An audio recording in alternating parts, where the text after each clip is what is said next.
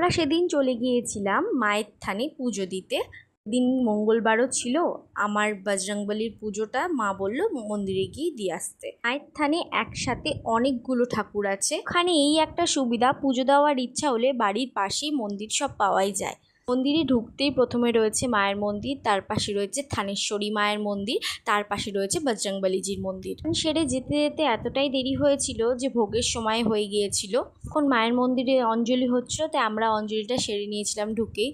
তার পাশে রয়েছে বাবার একটা মন্দির, ঢুকেই বাঁ হাতে রয়েছে রাধাকৃষ্ণের মন্দিরটা। খুব সুন্দর ছিল ঠাকুরগুলো। এই যে পুজো সেরে ভোগ নিয়ে আমরা বাড়ি চলে আসছি।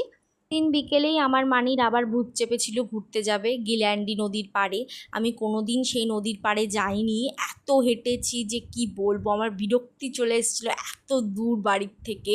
যে সেই নোংরা নদী, যেই নোংরা নদী পেরিয়ে আমাদেরকে যেতে হয়েছিল। চারদিক দিয়ে এমন অবস্থা, খুবই কম নর্দমা লাগছিল দেখতে।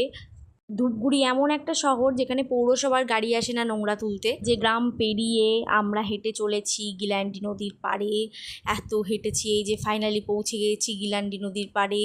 বেরিয়ে আসার পর আমাকে শুনতে হয়েছে এই নদীতে যাওয়ার পথে বলে ভূত দেখা যায়। এই ভূতের গল্প সারতে সারতে আমরা ধোসা খেয়ে নিলাম মানির বাড়িতেই। সেই দিন ট্রিট ছিল আমার বোনের আর মানির এই ধোসা খাওয়ানোর। তোমাদের যদি আমার ভিডিও ভালো লেগে থাকে তাহলে আমার চ্যানেলটা সাবস্ক্রাইব করে দিও অ্যান্ড লাইক করে দিও।